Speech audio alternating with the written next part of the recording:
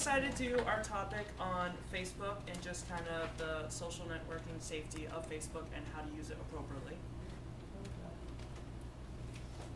That's cool. Oh, wow. Here we go, okay. So, Facebook was originally created by Mark Zuckerberg in 2004. I'm sure you probably have all seen, the movie The Social Networking, whatever it's called. So it was originally designed exclusively by him for Harvard students, but its purpose was the same thing, even though it's gotten a lot bigger. And it was all about networking with students, being able to look at pictures, make comments, just really, all this social stuff. And now its purpose is really to allow, what it's really designed for is to allow friends and family members to stay in touch, people who are, long distance.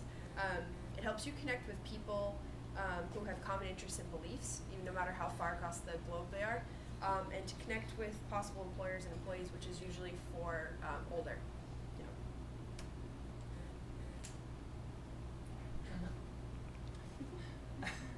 Alright, so the benefits of Facebook. So Facebook offers a way to communicate across the globe. It's a really good way for people to create events and advertise.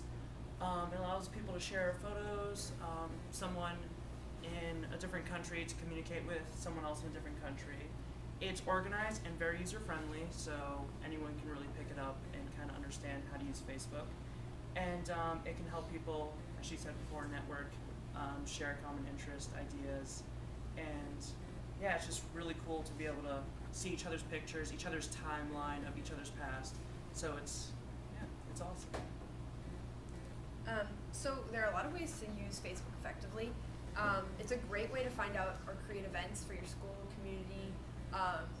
It's a great way to, especially for nonprofit organizations or fundraisers, stuff like that. When you're older, like we said, it can be used to get in touch with possible employers, keep up long distance relationships, and etc. Dangers of Facebook. So we have the danger of online predators, someone that's like stalking your profile, getting more information than they really need to know about you. And that's the second bullet point. Facebook does have too much information. It allows you to post so much. You can update your status on where you are. So it's like someone, if they wanted to, they can know where you are at every single second of your life. The world can see what's posted, so it's open to anyone. So let's say you're trying to get a job in the future and you decide to get wasted one day. That picture is going to be online and your employer is going to see it.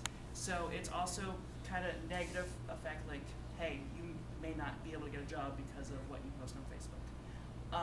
And that was the next bullet point. Friends can also tag you in inappropriate things on Facebook. Yes, you can block it, but there's also kind of like that time point. It's like, what if you don't catch it on time if someone posts it on your Facebook?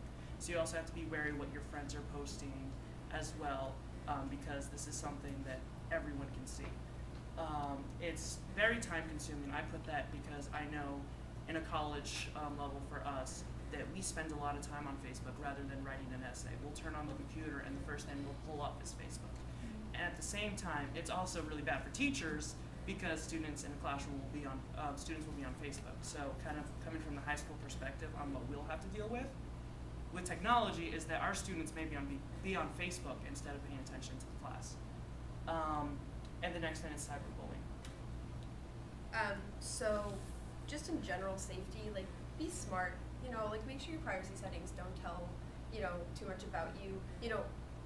I mean, you can make them completely private, you know what I mean? Or at least make them so it's only, people who you're friends with can see them because, you're letting the world know where you are, your number and everything, and that's probably not a good idea. So while it's a great way to, network, you have to make sure that you know someone before you're accepting them as a friend.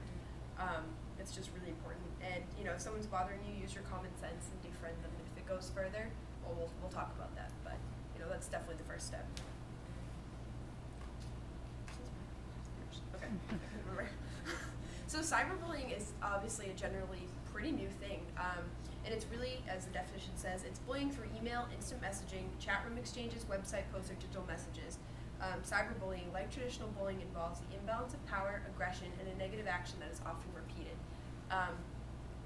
So the problem with cyberbullying that's even, I don't know if it would be worse, but that makes it a lot harder to catch is that, again, it's not usually said to your face. It's usually through, a text message or an email. And of course, it could be through a fake account. So, you could be being bullied and you couldn't even address or confront the bullier because you don't know who they are. So more than 1 in 3 teens have been cyberbullied, which I thought was amazing. And around 50% of teens have admitted that they've cyberbullied someone else. And then 60% of reported cyberbullying occurs on social networking sites like Facebook. So it's obviously a big problem. How to prevent cyberbullying? So you want to use Facebook a way to communicate respectfully. If someone is bothering you, just simply defriend them. Facebook allows you to block people, so basically they no longer see you, you no longer see them. And probably the biggest thing is don't be the bully, and I know that sounds simple, but a lot of times it's easier to confront problems online than face to face. So that, I don't know if I put it up there, but just like solve disputes in person rather than online. It's really easy to be angry and text someone than rather than sit down and actually have communication. And I think that's probably one of the biggest problems with Facebook, that it makes it so easy to do that. So yeah, and then make sure to contact your parents for help. If there is a dispute, ask your parents how do you want to solve it effectively if someone does bring it up online and you do not want to defriend them. So there are tons of cyberbullying resources, which really surprised me because it's such a new thing. There are websites, hotlines, chat rooms. So literally, it's completely, you can give your name